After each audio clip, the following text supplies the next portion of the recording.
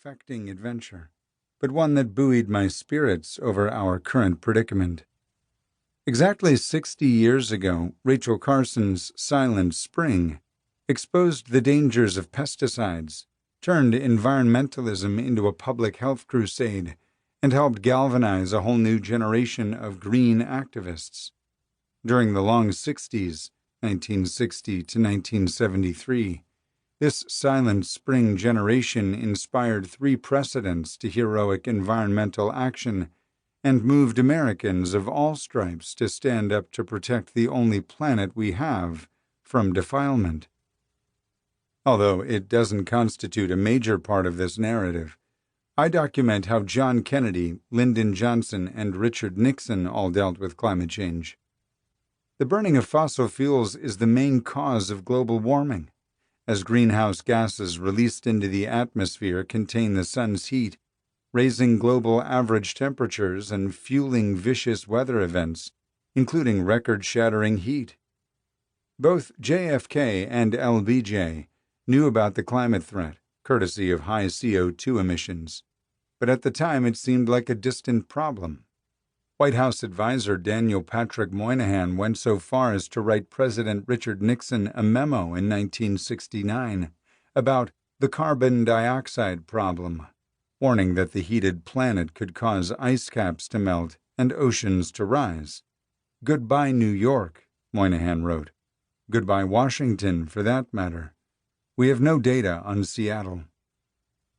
My journey to write Silent Spring Revolution began with my book The Wilderness Warrior, Theodore Roosevelt and the Crusade for America, 2009, which I envisioned as the first of 3 volumes linking U.S. presidential history, one of my fortes, to 3 waves of 20th century environmental progress and policy: Theodore Roosevelt, 1901 to 1909, Franklin D. Roosevelt, 1933 to 1945, and the Long Sixties triumvirate of Kennedy, Johnson, and Nixon.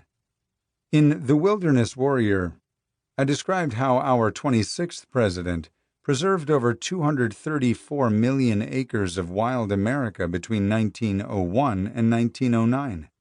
In Rightful Heritage, Franklin D. Roosevelt and the Land of America, 2016, I documented the progressive second wave, in which Secretary of Interior Harold Ickes, Audubon Society-inspired Eleanor Roosevelt, and U.S. Forest Service's intrepid mountaineer Bob Marshall acted on FDR's enthusiasm for preserving treasured landscapes in every state.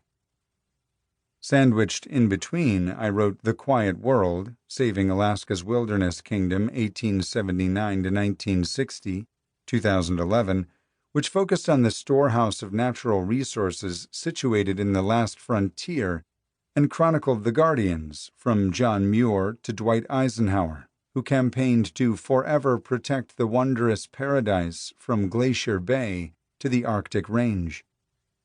These days, the Greenland ice sheet is vanishing much faster than projected, which adds to the rising sea level. Alaska's Arctic coastline is exposed to more sunshine, which causes intense warming, leading to unprecedented melting of blue-green glaciers and sprawling ice fields. The wild Alaska of the Quiet World, where over 60% of our national parks are located, is vanishing. The threatened polar bear has become the symbol for climate change awareness. How will Ursus maritimus survive in perpetuity if its Arctic habitat disappears? Of all the many books I have written since earning my Ph.D. from Georgetown University back in 1989, I consider these histories, taken together, to be a true cornerstone of my work, merging my presidential history focus with a deep-seated passion for national parks, ecology, and wildlife. I am not including an additional title of mine from 2006, The Great Deluge, Hurricane Katrina, New Orleans, and the Mississippi Coast, because it is as much a story of political and civic crisis as it is a tale of environmental upheaval. Silent Spring Revolution, then, completes what I have envisioned as a presidential trilogy, detailing how, after the radioactive shock of Hiroshima, a network of conscientious post-war